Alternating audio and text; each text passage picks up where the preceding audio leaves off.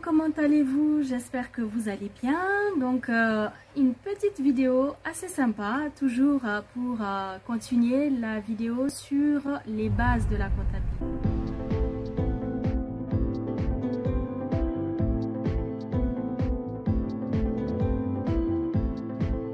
Beaucoup d'entre vous m'ont sollicité, ont posé des questions, veulent vraiment des réponses concernant la comptabilité. L'objectif n'est pas de vous donner un cours de comptabilité, mais d'expliquer l'importance de tenir une comptabilité lorsque vous êtes chef d'entreprise, lorsque vous avez une activité. Donc, dans la précédente vidéo, j'ai donné vraiment la définition de la comptabilité et du rôle, les principes fondamentaux de la comptabilité. Dans cette vidéo, je vais revenir sur deux points. Le compte des résultats et le bilan comptable, qui sont des parties très importantes de la gestion de votre comptabilité. Je vais parler des états comptables pour mieux comprendre. Déjà, première partie, c'est le compte des résultats. Dans le compte des résultats, vous avez deux parties. Le compte des résultats, déjà, ça va vous aider. Sa mission principale, c'est de définir, de déterminer et de vous montrer la situation économique de votre activité à une période donnée. Je répète, la mission du compte des résultats, c'est de vous montrer la situation de votre activité économique à une période donnée. Vous allez savoir, est-ce que votre entreprise, elle a fait des bénéfices ou est-ce qu'elle a fait des pertes? Le rôle et la mission du compte des résultats, c'est celui-là. Cet état comptable va vous aider à avoir ce résultat. Voilà, si je peux résumer ainsi. En tout cas, vous avez compris, ce n'est pas très compliqué. Ça va vraiment vous donner la santé financière de votre business, savoir où vous en êtes. Ce que vous devez, est-ce que vous êtes gagnant ou vous perdez de l'argent. C'est clairement ce que cela veut dire. Maintenant, concernant la deuxième partie, c'est-à-dire, mais pour revenir, avant de continuer sur le bilan comptable, concernant les comptes de résultats, vous avez d'un côté les charges et d'un côté les produits. Qui dit charge dit achat de marchandises, dit vos assurances, vos locations voitures, vos sorties restaurants avec les réunions avec vos fournisseurs. Vous avez une deuxième partie dans le compte des résultats qui est vraiment les charges d'exploitation. Vous avez également toutes les charges financières. Lors des formations, je rentre un peu plus dans les détails et vous avez des tableaux où vous allez mieux comprendre. Mais avant d'arriver à ce tableau de compte des résultats pour vraiment montrer l'état de santé de votre business, avant d'arriver à ce compte des résultats, il y a tout le travail des enregistrements des pièces comptables dont j'ai parlé dans la vidéo précédente. Et les produits, c'est quoi? Les produits, c'est clairement votre chiffre d'affaires. C'est ce que vous avez vendu, c'est ce qui est rentré comme vente dans votre business.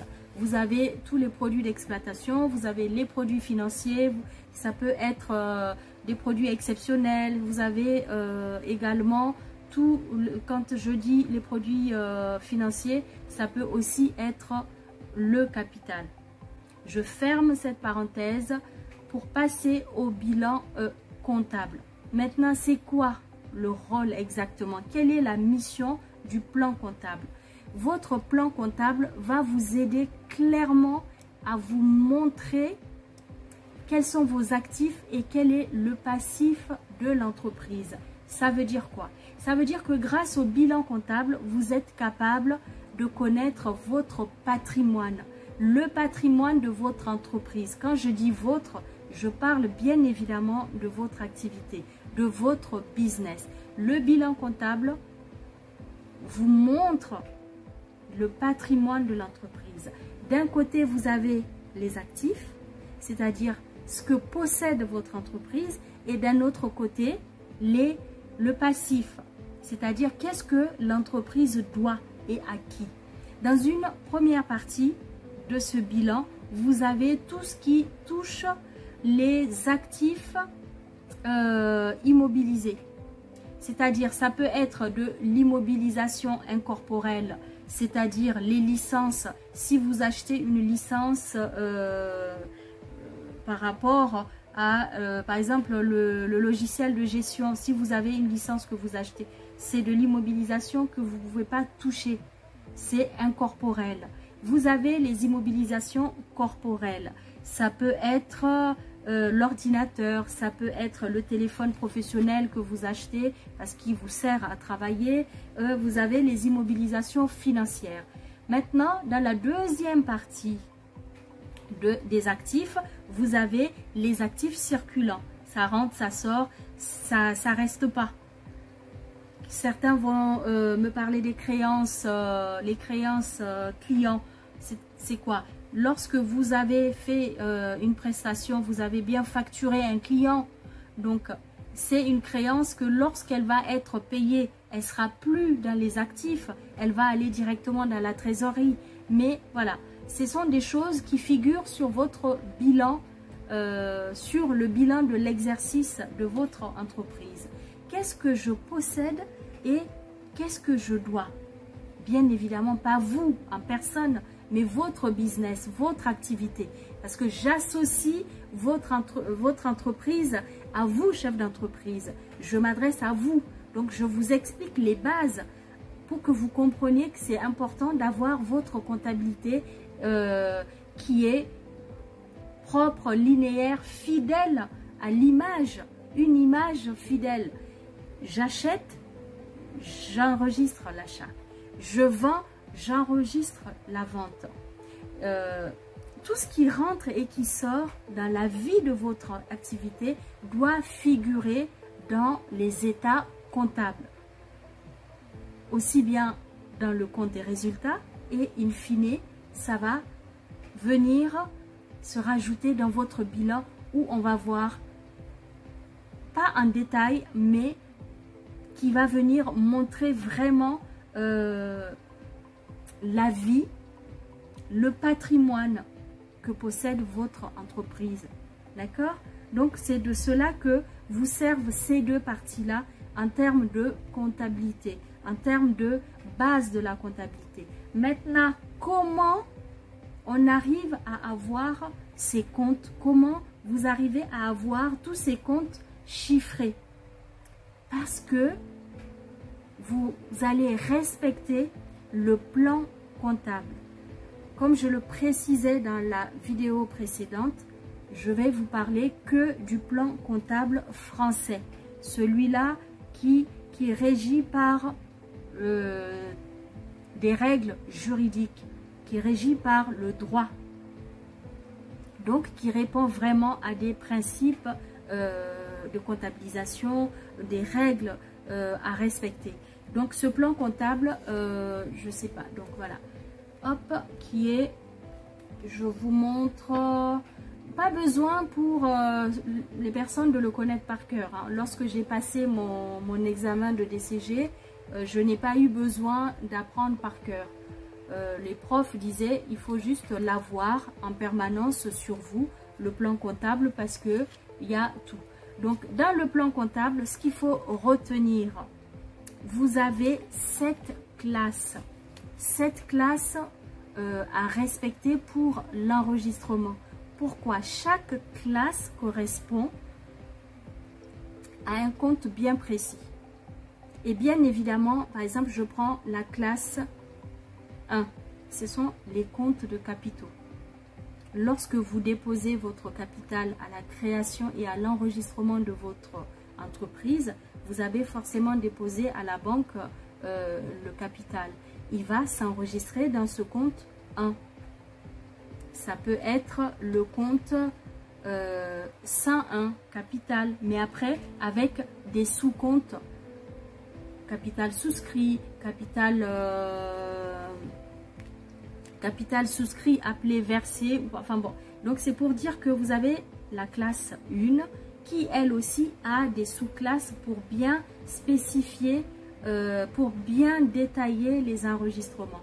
Vous avez la classe 2 qui est la classe des immobilisations.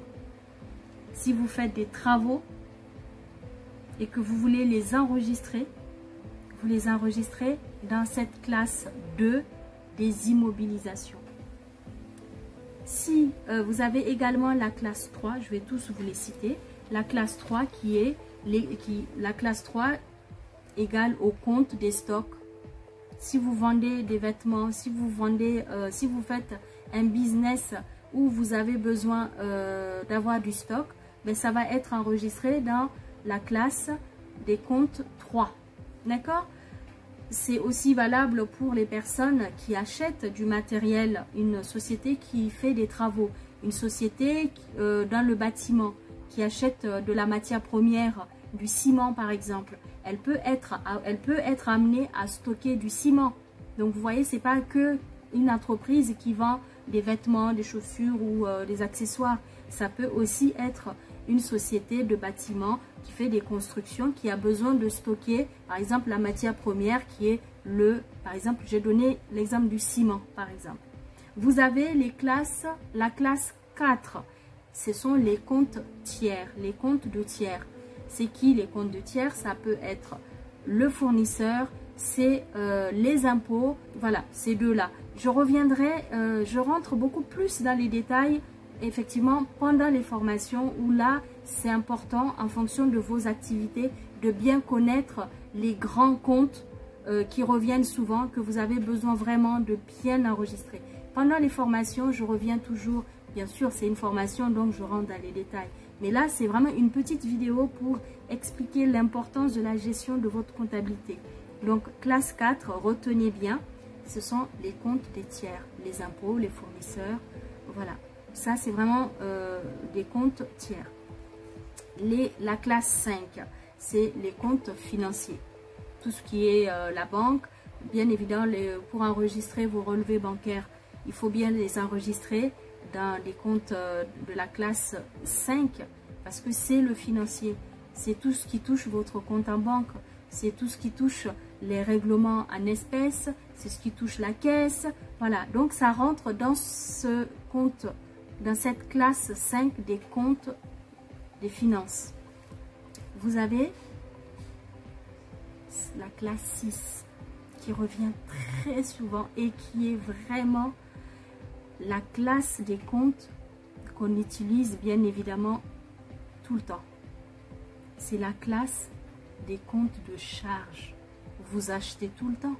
Vous enregistrez les frais de restaurant, vous enregistrez les frais liés à l'achat de marchandises, vous enregistrez les frais liés à l'achat de l'essence, au règlement de vos factures d'électricité, au règlement de vos loyers, de votre bail. Tout cela rentre dans les charges. Donc ça s'enregistre dans le compte de classe 6. Nous avons le compte de classe 7 qui sont les produits. Lorsque vous vendez vos produits, ça va dans le chiffre d'affaires. Donc c'est dans les comptes de produits, c'est-à-dire la classe 7. Je vends une prestation, c'est du compte des produits, ça va dans la classe 7 et ainsi de suite. C'est ce qui rentre, c'est tout ce que vous vendez, tout ce que vous faites comme chiffre d'affaires, voilà, c'est tout ce qui rentre, tout ce que vous faites comme le pourquoi l'entreprise elle vit. Parce qu'une entreprise elle est là pour vendre, une entreprise elle est là pour donner du service ou vendre un produit. Donc c'est la classe 7, tout ce qui va rentrer, qui va constituer l'actif de votre société va être enregistré dans la classe 7. C'est ça, c'est tout ce qu'on va enregistrer dans la classe 7 qui va aider à connaître exactement combien vous avez en actif, qu'est-ce qu'il y a. Bon, de l'autre côté, on a bien les passifs. Donc, est-ce que vous devez de l'argent? C'est vrai que vous avez gagné. Votre entreprise a fait du chiffre. Elle a vendu des produits. Elle a gagné de l'argent. Elle possède des ordinateurs. Elle possède peut-être même un bien immobilier. Elle possède les locaux, les tables, les bureaux. Elle possède les ordinateurs, les téléphones. Mais de l'autre côté, elle doit peut-être de l'argent à ses fournisseurs. Elle doit peut-être de l'argent aux tiers. Ça peut être les impôts, ça peut être le fournisseur chez qui elle a acheté du matériel. Vous voyez? Donc, ce sont tous ces éléments qui viennent nourrir aussi bien les comptes d'exploitation et le bilan in fine pour avoir vraiment une image fidèle de votre activité. Ça montre le patrimoine de votre entreprise. On a les comptes qui sont là pour montrer quelle est la santé financière de votre business. Qu'est-ce que vaut votre entreprise? Est-ce qu'elle gagne de l'argent ou est-ce qu'elle perd de l'argent? Donc voilà, encore cette petite vidéo pour vraiment vous aider. Et sachez que lors des formations, bien évidemment, vous avez tout le détail, comment enregistrer et à quoi sert chaque dépense, où est-ce qu'il faut bien l'enregistrer. Il faut comprendre que vous n'allez pas enregistrer une facture de carburant dans un compte qui est dédié au voyage, par exemple. Ça n'a rien à voir. C'est vrai que vous avez besoin du carburant pour faire rouler votre véhicule, mais vous ne pouvez pas enregistrer une facture d'achat de carburant dans un compte qui concerne, même si c'est la classe 6, il y a des dérivés, il y a d'autres sous-comptes, comme je disais, pour enregistrer le compte, le carburant, il va dans le compte dédié au carburant. Il y a vraiment des principes fondamentaux à respecter dans la comptabilité. Il y a des règles, c'est du droit, c'est du juridique. Vous devez de respecter vraiment toutes ces règles pour avoir une image fidèle, pour que vous ayez chaque enregistrement qui correspond à un justificatif. D'accord? Chaque enregistrement, j'ai besoin du justificatif pour savoir exactement enregistrer l'exactitude de ce qui est marqué sur la facture. Est-ce que c'est de la TVA à 10%? Est-ce que c'est de la TVA à 20%? J'enregistre lorsque c'est une facture de charge, ça va être de la TVA sur biens et services. Donc, c'est de la TVA déductible. Et lorsque je vends un produit, je veux bien déclarer, est-ce que aussi je suis soumise à la TVA? Est-ce que c'est une facture de TVA avec une TVA à 20%, à 10%? Quelle est mon activité? Cela va dépendre de ce que je fais, de ce que j'ai vendu. Et lorsque vous vendez, bien évidemment, vous allez récupérer cette TVA, vous allez reverser, excusez-moi, vous allez devoir, cette TVA, il faut la reverser à l'État. De la même manière que lorsque vous achetez, l'État va vous rembourser, enfin vous allez en tout cas déclarer cette TVA sur biens et services. Et de l'autre côté, vous avez également, dans les deux cas, vous allez déclarer la TVA, qu'elle soit de la TVA déductible ou de la TVA à reverser. Voilà, mes amis, en 2 mots pour vous expliquer que c'est important. Lorsque vous avez une entreprise, prenez l'habitude dès le départ d'avoir une comptabilité claire, une gestion de comptabilité tout de suite. Et comme je dis, l'argent de l'entreprise n'est pas votre argent. L'argent de l'entreprise n'est pas l'argent du chef d'entreprise. C'est 2 porte-monnaies différents. On fait des achats pour l'entreprise, on se sert de la carte bleue de l'entreprise. Bon, ça peut arriver dans des cas exceptionnels d'utiliser votre carte personnelle pour payer une charge destinée à l'entreprise. Dans ce cas, bien évidemment, il y a des écritures qui se font également pour justifier cet enregistrement, pour justifier cette dépense et également de créer l'écriture qui va avec pour signaler que l'entreprise, que c'est vous le chef d'entreprise qui avez payé à la place de l'entreprise. Donc, c'est aussi une classe tiers qui correspond à votre compte en tant que chef d'entreprise. Votre entreprise va vous devoir cet argent à un moment ou un autre de l'exercice. Ça va être un remboursement de frais avancés. Mais ce sont des écritures qui doivent être faites pour que lorsqu'on regarde votre compte, votre bilan, on voit bien que ça soit le compte courant de l'associé ou celle de l'entreprise, mais peu importe les renseignements, il faut avoir un enregistrement régulier, propre et vraiment fidèle à ce qui se passe. Ça rentre, ça sort, j'enregistre, je tiens une comptabilité.